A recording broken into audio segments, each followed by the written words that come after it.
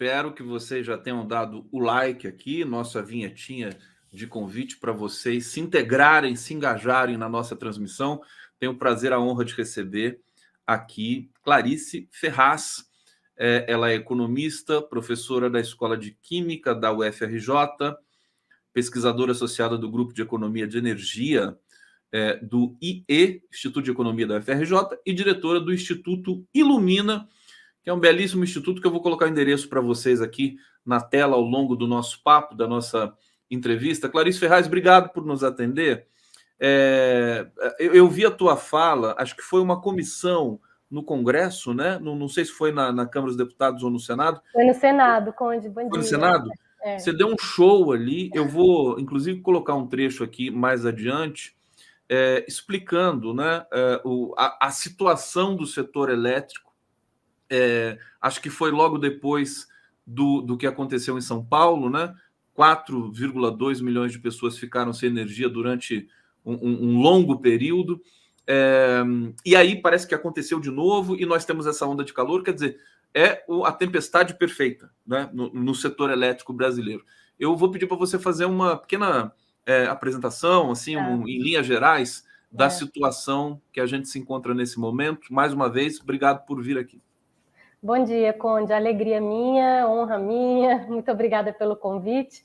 E ali era a Comissão de Direitos Humanos do Senado, né, presidida pelo senador Paim, né, me honra muito esse convite também, e eu fui convidada para participar. Então era o quê? Era uma audiência em torno justamente da questão dos trabalhadores, né, da Eletrobras. E as questões de trabalho mesmo, né? Está tendo assédio, está tendo demissão em massa, está tendo uma série de coisas. Então, é isso. Então, nesse ambiente conturbado, né, e nesse ambiente de extrema fragilidade, de uma série de apagões, e assim, eu estou vendo o que está acontecendo, eu estudo isso, minha preocupação é enorme. E naquela audiência sobre os trabalhadores, então ali a indignação se manifestou. Eu fiz uma fala mais forte, não é? Porque isso não é uma brincadeira, né, Conde? Como você está sabendo, mais de 8 pessoas morreram em São Paulo, os prejuízos são bilionários, sobretudo para o pessoal do comércio, né, idosos, crianças, todo mundo que mora em andar alto, todo mundo que perdeu qualquer coisa de transporte. A política, né, as CPIs paralisadas, quer dizer, a gente não funciona sem isso. E pronto, então foi nesse momento, e eu fiz aquela fala chamando a atenção, né? Isso aqui não é uma brincadeira. A gente está no meio de uma revolução tecnológica, no meio de um caos climático. Não é surpresa, Conde. Aí tem gente que fala, mas a distribuidora foi surpresa por esses eventos. Surpresa nenhuma, gente. Isso está mapeado. Isso é da responsabilidade do concessionário estar acompanhando, está preservando, porque está posto que a gente vai ter onda de calor. Tinha saído, engraçado, né, quando eu até mencionei, olha aí o El Ninho recorde, né? E agora depois pipoca, no dia seguinte estoura um transformador aqui no Rio, calor, né? Então a gente tem que cuidar dessas coisas. E o que nos mostra, né, além de todo o relatório do Operador Nacional do Sistema que eu mencionei, acho que eu já até tinha mencionado na nossa conversa anterior, que mostrando a fragilidade mesmo que a gente está, e o perigo, né, da gente avançar dessa forma, tem gente que vai morrer, Conde. Tem gente morrendo, já morreu. Gente que vai morrer, você está dizendo cidadãos que estão... Cidadãos. Olha, aqui no Rio a sensação térmica já passa, né? Bateu 58 graus. O ser humano não suporta essa temperatura, o nosso corpo colapsa. Então você pode aguentar um pequeno intervalo. Se você não tiver um acesso a ar-condicionado, morreu de calor? Não. Teve um AVC, infartou. Sim. Você vai ver o número de homicídios aumentando porque a pessoa fica perturbada na onda de calor. É uma loucura. Deixa eu te perguntar uma coisa que eu nunca entendi muito bem, que é assim, por que a temperatura medida é 42 graus e a sensação térmica é 58? Como é que você chega nesse número? Não, então eles vão botar termômetros, né, perto de algumas regiões. Então esse está sendo a incidência, mas aqui, por exemplo, perto de um asfalto, onde é que a gente experimenta essas temperaturas elevadíssimas? Em regiões periféricas que não tem uma árvore, onde o solo já está completamente concretado, onde ele não tem inércia térmica nenhuma. Está ali aquele asfalto que fica recebendo aquele calor, acumulando calor, ele vai aumentando em temperatura. Então ele vai batendo em temperatura. Onde você está no chão, a gente está na terra, a gente está aqui sendo irradiado, né, por esse calor. A sensação térmica, esse valor é uma medição. É uma medição. É uma medição.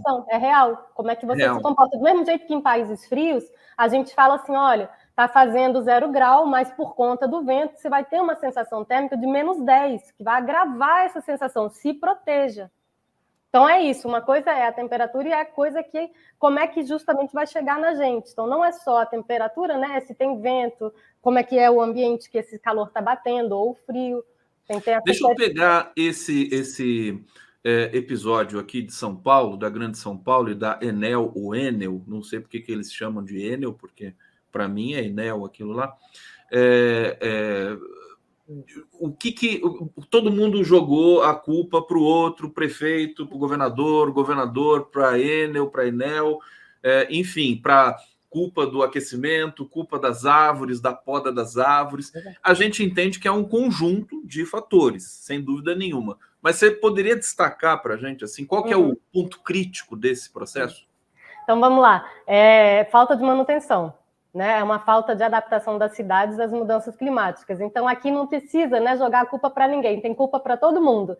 Né? Não é exclusivo nem da prefeitura, nem da concessionária, e a maior parte da responsabilidade é da concessionária e da ANEEL, não é? Porque a gente tem nesse país um regulador que tem que ver se as condições, né, de atendimento, se a concessionária está cumprindo sua obrigação, se está fazendo a manutenção, se as linhas estão funcionando legal, se vai justamente ter um parafuso que está corroído, ou, né, a distância entre os cabos está adequada para evitar justamente dissipação ou curtos e essas coisas, tá certo? Então, falhou um monte de coisa, né, Conde? Então, por exemplo, a prefeitura falha com a poda de árvore, sim, né? A concessionária também, porque dependendo da altura, isso é responsabilidade dela. A concessionária, o que a gente sabe, tá? Isso é documentado, né? Falha de manutenção, parafusos, né, que seguram peças importantes nos corroídos, aquelas meio à mão, né, que de onde saem as linhas também corroídas, antigos, né, quer dizer, fragilizados. E aí com um clima, né, um evento climático mais extremo, aquilo se arrebenta. Então é sobretudo um grave problema de manutenção e da gente justamente estar o quê? Preparado. Então aqui a gente tem mitigação, a gente tem que se preparar e a gente já tem que se adaptar, porque a gente já sabe que esses ventos vão acontecer e que essas coisas vão acontecer. A distribuidora, ela recebe dinheiro para cuidar dos postes, é obrigação dela cuidar dos postes, ela inclusive recebe da Telecom, né, que compartilha, né, a infraestrutura. Então, como é que a gente olha para isso, né? Agora, a distribuidora vai dar conta sozinha desse problema? Não vai. Né? Então, aí realmente entra um problema onde a prefeitura tem que entrar, que é a questão do urbanismo da cidade, né? Onde é que a gente vai enterrar, como é que a gente faz esse financiamento, porque isso precisa ser feito. Não é quanto custa, é mais caro, é menos... Gente, tem gente morrendo, o clima mudou, a gente vai precisar se adaptar. Está o mundo inteiro falando de cidades adaptáveis, de como é que a gente vai viver. É a preparação do espaço urbano, de onde a gente vai viver, de onde a gente vai enfrentar esses eventos climáticos, de como é que a cidade vai funcionar ou não, né? Então, são os dois, viu, Conde? São os dois, ambos, né, faltosos, e ambos com uma longa lista aí de coisas para fazer, para evitar que isso se repita e até mesmo possa se agravar. E é curioso que isso ocorre no momento em que o Brasil tem uma oferta de geração limpa de energia que é a maior da nossa história. Quer dizer, a solar e a eólica já correspondem, se não me engano, a 30% somadas, né? Da matriz brasileira?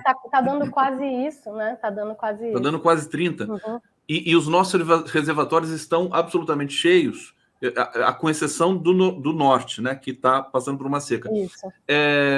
Como é que a gente, enfim, entende essa junção? Quer dizer, uma oferta, né, uma geração, não precisamos de térmicas nesse momento, tudo mais, e essa crise, né, no campo da energia e tudo mais.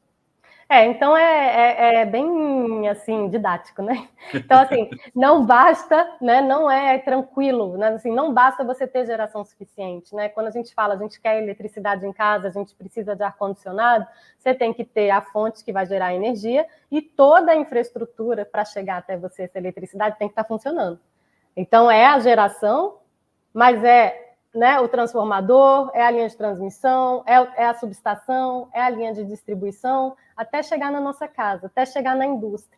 Então, mesmo que a parte da geração esteja sendo abundante, ela não ela para chegar até a gente, ela precisa desse caminho, ela precisa dessas linhas. Então, tem que ter linha suficiente. 2, a gente tem que conseguir manter esse equilíbrio aqui, porque a eletricidade é equilíbrio instantâneo de oferta e demanda. Lá o apagão de agosto, ele é um marco mesmo, né? Que você tem o quê? Excesso de geração, não foi falta. Né? Nossa tarifa está aumentando não é porque a geração, né, é extremamente cara, é porque a eólica e a solar, que são consideradas muito baratas, quando ela se conecta no sistema, então a gente entendeu, né? Então, assim, é a energia e é o sistema. É o que a gente vai pagar lá na tarifa, é o custo desses dois, para ela chegar até a gente essa eletricidade. Então, mesmo que a geração eólica e solar seja mais barata, quando ela entra no sistema, os custos de adaptação desse sistema são altos. Eu preciso botar uma linha de transmissão nova, às vezes, eu preciso trocar um transformador, eu preciso adaptar uma subestação. A distribuidora tem que lidar com uma energia que entra muito forte no final de semana, quando as pessoas não estão consumindo tanto, numa região, sobretudo, comercial. Então, tem uma série aqui de coisas que vão acontecendo que é bem bom a gente, talvez, analisar com um pouquinho mais de atenção, realmente, se a eólica está contribuindo para baixar o preço da nossa tarifa ou não. Quanto é que o solar está contribuindo ou não? Porque, sistemicamente, a necessidade que elas têm de inércia, né, de um controle de frequência, de ampliação da rede e de adaptação das infraestruturas é cara beça. Então, no balanço final, não é tão barato assim não, gente. Por isso que a eletricidade do Brasil é caríssima.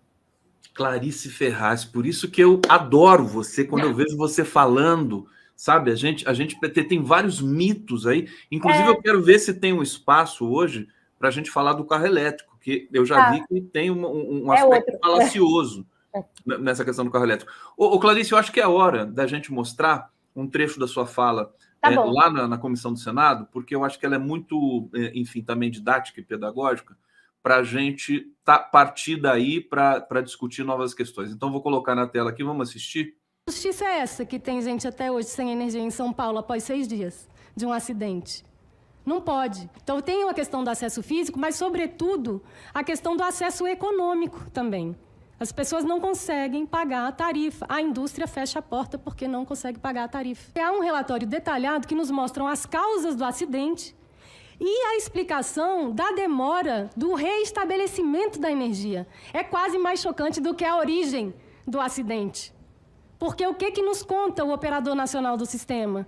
Que não tinha gente que conhecia os protocolos na ponta, que não tinha trabalhador, que não tinha um telefone de segurança numa das implicadas no acidente. Tá certo? Não podemos trabalhar com esse grau de precarização num momento em que esse setor é altamente estressado pelas mudanças climáticas. Acabou de sair. É o Ninho recorde, onda de calor. Isso afeta as redes elétricas, isso afeta transformador. Quem opera tudo isso é trabalhador. Por que demora tanto para restabelecer? Porque não tem trabalhador. Porque não tem gente que conhece protocolo. Porque fica terceirizando e recontratando e sobrecarregando as equipes e não se consegue fazer as coisas que precisam fazer. Setor elétrico tem que ter gente estabilizada, gente qualificada e que aprofunda a sua qualificação, sobretudo nesse momento de transformação tecnológica. Então, o que a gente vê? Um enxugamento radical, agressivo, de financista numa empresa de energia. Nós temos o CEO da Eletrobras, um ex-dirigente de banco. O que ele sabe de eletricidade? Nada. Vamos resumir, não é? Então, ele fala, é natural que haja, num primeiro momento, um interesse para aumentar a lucratividade, a gente reduzir gasto de mão de obra, manutenção. Natural, porque no manual dele lá, é isso, manual de administração. Isso não é natural no setor elétrico. Isso gera apagão. Isso mata trabalhador. A gente vem, apesar da evolução tecnológica, assistindo no setor elétrico brasileiro aumento do número de mortes dos trabalhadores. Trabalhadores precarizados, mal pagos, em funções de extrema periculosidade e que afetam também toda a nossa vida. Um apagão desse para o país. Tem gente morrendo.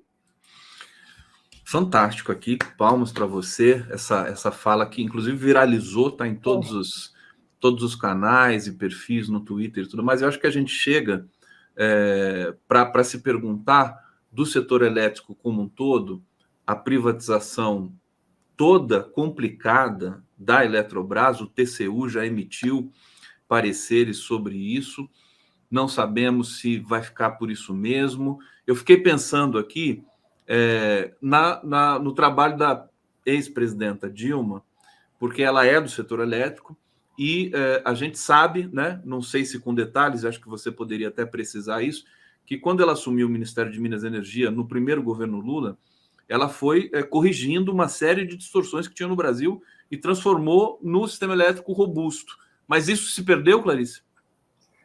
Conde, o que foi feito ali naquele governo foi uma tentativa de remediação a uma coisa mais grave, agressiva e desestruturante que tinha sido lançada pelo Fernando Henrique.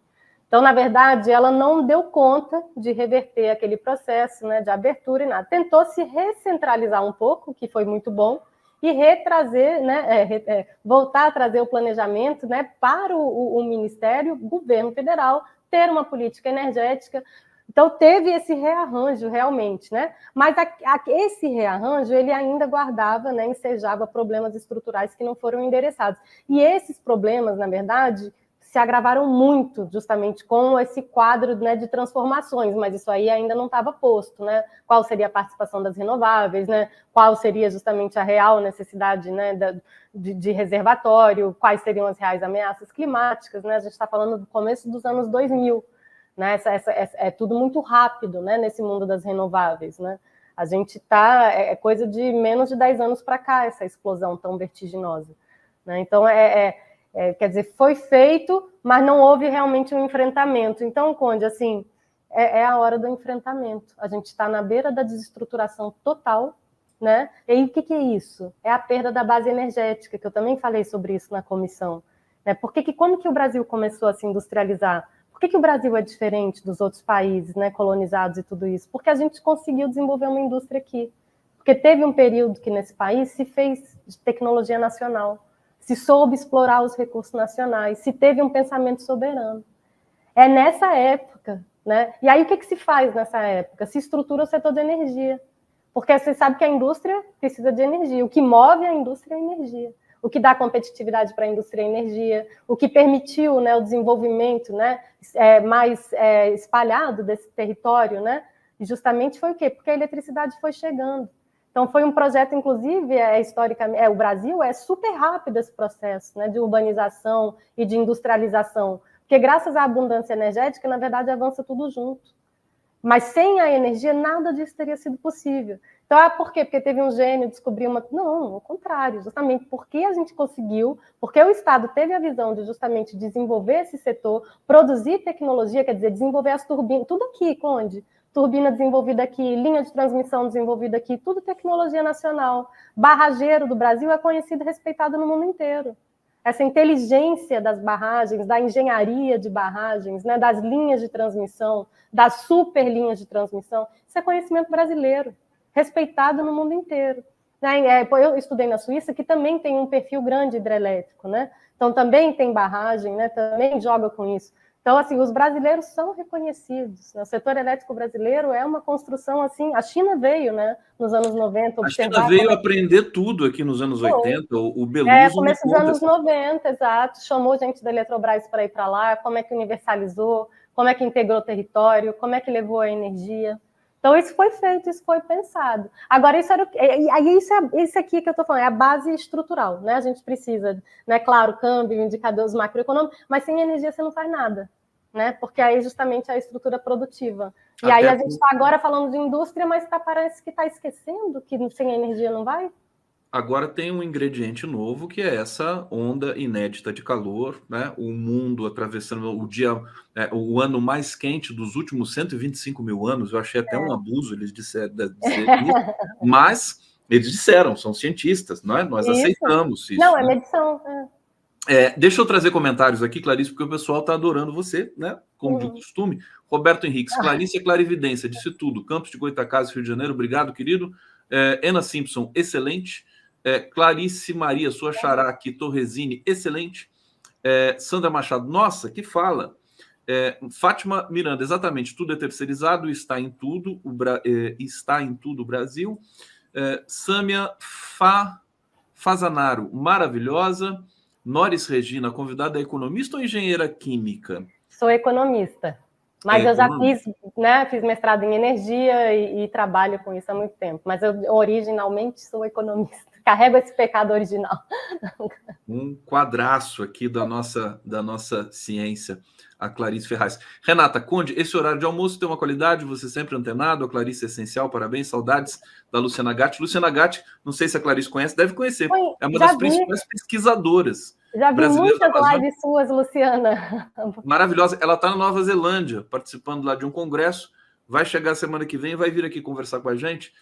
Carlos Achete está dizendo, o que fazer contra a redução de custos operacionais, seja Eletrobras, Enel, Copei e outras, em favor do lucro? Era um pouco o que ficou da sua fala, né? Que é esse cenário nacional agora, diante de um novo desafio, que é a onda de calor, que mexe, né? Nós chegamos a 2 picos seguidos de consumo de energia, Clarice. Então, vou deixar para você... Você entendeu a ordem disso, Conde, a importância disso? Porque eu fiquei muito chocada, quer dizer, eu leio isso, eu me preparo para ver isso, mas quando você vê a ordem de grandeza do aumento da demanda, não foi que aumentou 5%, né? O que seria muito grande de um dia para o outro por causa de temperatura. A gente teve um aumento de ponta de consumo máximo da ordem de 20%, em alguns horários mais ainda. Quer dizer, o sistema super estressado é isso, é 20%, 25% de consumo a mais. Porque primeiro a gente pede mais frio, né? Mas a geladeira para te entregar frio, ela está trocando mais calor, ar-condicionado a mesma coisa, todos os motores. Então, assim, a gente demanda mais e os equipamentos para funcionar nessas condições também. E eles se estressam. Por exemplo, às vezes, transformador pipoca. Né? Sobretudo se não tiver com uma boa manutenção. É grave. Fala um pouco para a gente da situação da Eletrobras. Quer dizer, o que o governo... Se o governo não quiser, esse governo Lula não quiser discutir essa privatização, que como muitos órgãos já constataram, foi feita de maneira atabalhoada, para não dizer... o Luiz Nassif fala com todas as letras, quer dizer, foi um roubo aquilo. Eu acho também. Assim, o que o governo pode fazer, né, para minimizar isso, se ele não quiser entrar na reestatização, que, aliás, reestatização de sistema elétrico ocorreu em vários lugares do mundo, né? Perfeito. Veja aí a França governada pelo Macron, né, banqueiro liberal aí. Né? Há uma questão de pragmatismo, não se perde a perna da energia, que é o pilar de sustentação. Não se faz isso. Então, mesmo um banqueiro que é super pressionado, ele é obrigado a dizer, não, mas sem isso aqui eu não vou, sem isso aqui a França não vai, sem isso aqui não vai dar. Então, com relação àquela pergunta, então como é que a gente faz agora? Né? Eu acho que tem duas coisas, o curto prazo e, né, médio e longo prazo, que gente, nessa estrutura não está dando certo. Os conflitos de interesse são muito, muito evidentes. Você tem uma empresa que, com caráter privado, que busca o quê? Maximizar lucro, isso, é a lógica do mundo financeiro, está posto, que é isso, que é o objetivo que ela persegue, e tem o outro que caramba, a gente está precisando se adaptar, a gente precisa investir em linha, precisa adaptar, né, o sistema, quer dizer, o que eu preciso? Infraestrutura, inovação, né, equipamentos que aguentem melhor essas temperaturas, né, esses ventos e tudo isso. Então, a gente...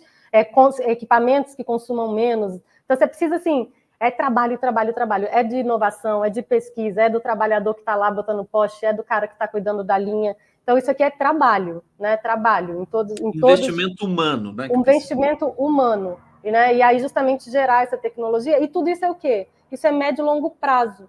Então, esse perfil do capital necessário para isso é um capital que é o quê? Que a gente chama, né? Mas o capital paciente. Ele espera, ele não tem essa pressa da remuneração do dividendo, da distribuição do lucro. Né? A empresa, ela não é premida, porque, veja, a Eletrobras, antes dela ser privatizada, quando ela era mista, ela guardava a função social como empresa pública, que era esse caráter. Então, ela tem uma função social, que é preço, que é qualidade do serviço, tudo isso. Isso funciona quando a empresa é pública. Quando ela é privada, não. O objetivo dela é o dela, que é só fazer lucro. Então, quando eu quero só fazer lucro, eu vou buscar fazer caixa. Quando eu estou num ambiente que eu sei que essa empresa tem uma função social, que ela é pilar de desenvolvimento econômico, eu tenho, então, que fazer um plano de investimento, eu tenho que planejar. Então, o dinheiro, ou ele vai para o caixa, ou ele vai para o investimento. É simples assim. A gente precisa que ele vá para o investimento. Eu a gente acho não que pode fazer isso mais. Ser sanado, em parte, com um projeto de lei, né? Quer dizer, oferecer mais responsabilidades para uma empresa com essa dimensão, De qualquer forma, mesmo que não houvesse nada, enquanto nada muda, enquanto a gente ainda não ganhou essa luta da reversão, né, pelo menos a tomada do controle, né, o governo voltar para os seus 43% de poder de voto e daí ir para a maioria, tem que ter o controle dessa empresa. Isso não é indiscutível, né? E aí vamos ver depois, mas tem que reganhar a maioria. Mas enquanto isso que aconteceu com a Enel é falha. Ela não tinha o direito de estar vulnerável daquele jeito. Ela já está contrariando o que foi posto no contrato de concessão. Então, imediatamente, apertar a ANEEL, que é a agência reguladora. Cadê você que não está em cima da distribuidora? Cadê você que está deixando a gente esse pessoal operar com esse nível aí de precarização? Né, que está deixando fazer isso com os trabalhadores, que está deixando esse povo deixar poste, né, enferrujado, emaranhado de cabo, provocando perda, fio desencapado, matando trabalhador de eletricidade, de telecom. Né, é um caos total. Né? Ela tem direito de fazer isso? Claro que não. Ela desrespeita o contrato de concessão. Mas o que a gente precisa? Né? O famoso enforcement. Né? Se não tiver alguém lá para cobrar, para ela realmente mandar ela obedecer, é esse mundo capitalista, ela não vai obedecer. A imprensa paulista, leia-se aí, jornais, Folha de São Paulo, tudo mais, eles praticamente eles dão essas notícias blindando a Enel. Né? É incrível, eles protegem porque são ali são os núcleos de financeiros, né, que fazem propaganda, que têm os interesses e tudo mais. Por exemplo, uma das coisas que eles divulgaram foi a fala do presidente da Enel, dizendo que ele não tem que fazer indenização, não tem que dar indenização para ninguém. Isso é uma mentira, né? Quer dizer, a Enel vai ter que indenizar esse contingente de 4 milhões de pessoas. Já é uma fala acionista, né? É triste, né? Quer dizer, em vez dele se justificar e se desculpar perante a população, essa fala dele já é um recado para acionista. Não vou gastar muito dinheiro, não. Não vou me desvalorizar muito, não. É imundo, né? Perdão. Mas, assim, fale já. Ele é um prestador de serviço, né? Serviço essencial, serviço público, né? Aliás, o discurso dele foi um desastre. Em tudo que ele falou, ele foi lá, todo mundo que ele seja penalizado por isso. É isso. A gente tem que entender e chamar para responsabilidade, isso que não é uma brincadeira. Mas fala, te interrompi, Conde, é isso, é um absurdo. Não, eu pensei assim na questão prática e jurídica, né? Os consumidores, eles precisam entrar na justiça. Como é que vai ser esse processo? Tem que ter uma comunidade, um conjunto, um coletivo de pessoas que acionem a Enel na justiça para obter direito à indenização. Como é que? Porque tem, por exemplo, restaurantes que perderam 100 mil reais como é que se diz? Tem comércio que perdeu o estoque inteiro de frio, é muito mais, Sim. Né? É muito, muito alto, assim, acho que com 2, 3 dias estava dando já mais de 1 bilhão de prejuízo só para comércio mesmo, sabe? Só de cadeia de frio, é muito severo, né? Então, penalizar e fazer respeitar protocolo. E agora sim, o que é difícil? Você veja, né? A gente está falando que tem um conflito de interesses, né, original aqui. Quer dizer, para a gente remediar isso e obrigar essa concessionária que tem um objetivo distinto daquele que realmente interessa o interesse coletivo, você tem que ter uma regulação muito, muito pesada. A ANEEL tem que estar lá, quer dizer, a ANEEL tem que estar fiscalizando lá no terreno. Gente, isso é caro também a beça. Então, quer dizer, toda essa estrutura, né, o regulador, o ganho da... Será que realmente, né? Primeiro que a gente não viu ganho nenhum de competitividade, mas assim, essa estrutura que tem esse regulador, que não dá conta, que não preenche suas funções, inclusive ela também é cara. Então, para o grau de atenção que a gente necessita, isso é caro. Isso teve uma grande confusão na Inglaterra, inclusive, porque cada vez mais na complexificação do sistema, precisa de mais regulação. E aí, a regulação custa caro, você tem que ter gente especializada, você tem que ter gente fiscalizando, né? Tudo isso. E aí o pessoal começou a cair em cima da reguladora. Você está custando caro demais, é você que está onerando a gente. Então, quer dizer, tudo isso politicamente é muito, muito complicado, até uma legitimidade, né, do regulador. Então, mas são várias discussões, e discussões bem profundas mesmo. Num primeiro momento, então, é a gente justamente correr atrás de indenização da justiça. Pode acontecer de várias formas. A gente, individualmente, a gente tem o direito justamente de pedir essa indenização. Olha nos canais da ANEEL, justamente, quais são os procedimentos para fazer isso e processem mesmo. Nassif. Minha querida Clarice, está chegando aqui o Luiz Nassif, que também é seu fã, que eu sei. Nassif, estamos aqui com a Clarice Ferraz. Pois é. trazendo aí essa discussão sobre o sistema elétrico brasileiro, com possibilidade de indenização em São Paulo aí depois desse apagão. Seja bem-vindo aqui, participe com a gente. Então, eu queria colocar uma questão paralela aí, Clarice, mas que é uma sacanagem danada. Eu estou vendo um argumento aí da Sabesp, dizendo o seguinte: se a Sabesp não for privatizada, não vai conseguir universalizar, porque ela vai ter que pagar pela renovação das outorgas. E se houver a privatização, a empresa que ficar com a Sabesp vai ter 40 anos sem precisar renovar as outorgas. Se isso confirmar, é um golpe maior do que da Eletrobras. Não, aí está se criando um fato, né, Nassif? Não faz sentido, não vejo como isso seria um argumento pertinente, não. Não, é o contrário, né? Não entendi, nem entendo direito, na verdade.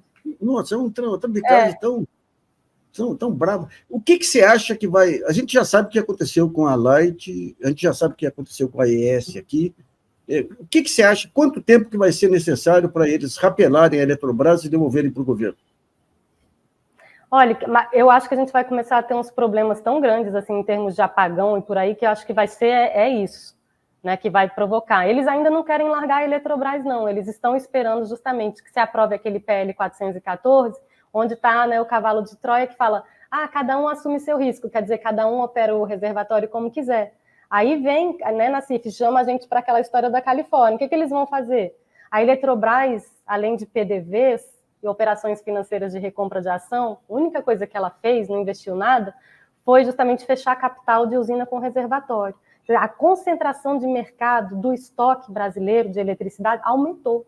Então, já era um absurdo. Você privatizou uma empresa que tem o controle de 50% do estoque, do equilíbrio, que bota preço e que diz que se esse sistema vai cair ou não, quando tiver eólica e solar entrando e saindo. Então, eles estão esperando essa virada, porque quando essa virada, imagine quanto não vai custar, né, a recompra dos votos da maioria. Eu vendi como uma usina amortizada, como uma geração de eletricidade barata, e vou vender de volta para o governo, né, isso que eles estão esperando, eu acho, quando eu puder vender como uma bateria. Né? Então, eu estou armando a prática corrente desses grupos, né? É a prática corrente desses grupos, Nassif. Agora, não estava na hora de haver uma CPI do CAD, o Conselho Administrativo de Direito Econômico? Na época, Nassif, não sei se você se lembra, o CAD falou assim, não, a gente não pode examinar nada ex ante, porque vai privatizar, ela vai deter 50% do estoque de armazenamento. Aí, não, só posso entrar depois que ocorrer. Ocorreu, gente, está posto. Não vai falar nada? Excelente, Nassif. No caso da Petrobras, foi um escândalo, que eles fizeram um acordo com a Petrobras com o pessoal do Guedes lá, dizendo que precisava vender refinaria para instituir a competição no setor, sendo que cada refinaria é absoluta na sua região. Exato. Eu publiquei outro dia um artigo que eu consegui pegar em publicações estrangeiras, o que, digamos, a grande metrópole fez com o CAD foi a mesma coisa que fez com Forças Armadas, com o Ministério Público, com o Judiciário, que é cooptar, através de grandes encontros internacionais aí, onde colocam ideologicamente, preparam esse pessoal para o discute. Nassif, a Clarice disse aqui que esse crescimento, né, muito forte da eólica e da solar no Brasil encareceu, em vez de baratear, em função da equalização que precisa ser feita nas linhas de transmissão. Eu queria perguntar para ela o seguinte, qual que seria a política correta do governo? Quer dizer, deixar de estimular essas novas matrizes e equalizar isso? E qual que seria a opção? Quer dizer, hidrelétrica? Continua sendo hidrelétrica? Como é que é? Certamente, Conde. Então, era isso que eu estava comentando, sabe, Nassif? Cada vez mais o impacto da integração da renovável no sistema traz consigo uma série de necessidades de adaptação. Então, eu preciso de mais inércia. Para eu ter, por exemplo, quando a gente fala, juntas dá quase 30%, mas tem vários momentos do dia que a gente já tem mais de 40% da geração vai ser eólica. Aquilo ali, eu tenho que estar pronto se aquilo ali parar. Então, para eu poder trabalhar com 40% de eólica gerando eletricidade, eu tenho que ter um backup. Esse backup, ele está parado, ele vai ficar zerado, não vai receber nada? É o que está acontecendo com as hidrelétricas, que estão judicialmente agora tentando ser remunerados. Porque o que está acontecendo é isso, a gente está, na verdade, tirando as hidrelétricas, que muitas vezes já amortizadas, ou que têm contratos, né, realizados e que estão deixando de honrar, porque não estão conseguindo alocar, como a gente fala na linha de transmissão. A prioridade é daquela que a gente não controla, então sempre a prioridade é da eólica da solar. Mas você tem que ter todo um parque, né? Você tem que ter linha e você tem que ter geração prontinha para entrar. Isso custa. Além da expansão da linha, esse backup custa. E é isso que é a coisa do mercado. Eles querem que esse custo seja remunerado ali na hora. Então, por exemplo, quando tiver uma escassez, o pico a gente nem imagina o que vai ser, tá? Então, mas é isso, quer dizer, a eólica, ela é barata? Ela pode até ser barata, mas o custo sistêmico que ela traz não é, e tem sido cada vez maior, porque justamente é cada vez mais concentrado geograficamente, cada vez mais perturbador, como mostrou aquele incidente de agosto, e cada vez mais você tem operador de sistema assim, desesperado. Então, apesar do aumento da automação, você vê que eles estão procurando deixar mais gente em sala, porque nem o sistema entende a velocidade que você tem que estar fazendo entrar a geração hidrelétrica ou sair. E isso também vai detonando as turbinas hidrelétricas, porque também não é feito para ficar ali desligando e desligando feito tomada, né? É uma turbina. E aí a vazão do rio e os peixes, sabe? Não é sem consequência. A hidrelétrica vai balancear. Até eu falava isso com, acho que uma certa... sem prestar atenção, né? Que cada dia a gente estuda. Todo mundo no mundo inteiro está aprendendo agora, né, gente? Ao vivo e a cores aqui. A inserção dessas novas tecnologias, a gente tentando estudar ao máximo e entender na observação. É o que tem acontecido. Mas é isso. Então, é barato? Talvez não seja tanto. E é Clarice, complicado. Outro dia eu soube aí que em Sobradinho você teve mais de 20 ligações e desligamentos, assim, no mesmo dia. Foi o próprio Wilson, né, falecido, 18 vezes no mesmo dia. Isso aí tem até o operador hidrelétrico pensando se isso já não é um respeito ao próprio... o Ferreira Júnior, né, o Pinto Júnior. O traidor? Ele mesmo. Aí mas quer dizer, até ele, né, dizendo, pô, vai queimar minha turbina, né? E ele é obrigado a atender. Aí o que eles estão querendo? Um cenário onde eles não sejam obrigados a atender. Deixa pipocar, deixa o preço pipocar. É só essa a diferença. Porque de equilíbrio de sistema, de investimento. Então, o que é para fazer? É anti-eólica? Não é nada disso. A gente realmente precisa descarbonizar. Mas é devagar com dor. É regionalmente melhor distribuído. Mais eólica que isso, para o nosso sistema não vale a pena mesmo, não. A gente está chegando num limite mesmo, porque não compensa o que a gente tem que deixar parado e o que a gente tem que pagar para poder inserir. Então, a gente olha para o Sistema Nacional Interligado. Não me interessa, assim, quer dizer, claro que me interessa, mas assim, eu não posso olhar para fontes, né? A gente tem que olhar o conjunto dessas fontes, o conjunto dessa infraestrutura, que tarifa que sai daqui do final. É tudo junto, a complementaridade, a otimização do recurso energético, da linha, né? Como é que eu não vou puxar uma linha que vai ficar ociosa? De noite não vai ter sol, a linha lá que vai... A gente já sabe que essa linha que estão puxando do Nordeste para o Sudeste, ela vai ter, inclusive, mais problema de frequência e ela vai ser mais cara. Por quê? Porque, vários momentos, o volume de energia que vai trafegar ali, ele é inferior. Porque ele não é sobretudo para as renováveis. Então, começa a custar caro, sabe, Nassif? Clarice, para remontar esse sistema, você acredita que o Estado brasileiro tem quadros adequados ou, nesse período terrível de Temer, Bolsonaro, houve um desmanche também desses quadros técnicos? Houve, tem um apagamento de memória mesmo, né? Eu estava até rememorando outro dia, falando de... A primeira coisa que o Ivan Monteiro, sabe o que ele fez? Quando ele assumiu a presidência, ele foi na galeria dos ex-presidentes, onde tem o retrato dos grandes engenheiros, das grandes personalidades brasileiras, né, que trabalharam pelo desenvolvimento, mandou tirar a foto de todo mundo, apagamento histórico, tirou a foto de todos os grandes brasileiros. Aquele que veio do Banco do Brasil, que a gente tinha ele grande consideração. A primeira, vejam, a importância desse homem, né, o peso dele no setor energético, manda tirar, né, faz um apagamento, para ninguém ver que ele é o primeiro financista aí que está controlando uma das maiores empresas do mundo de energia. Que absurdo. Esse nível aí.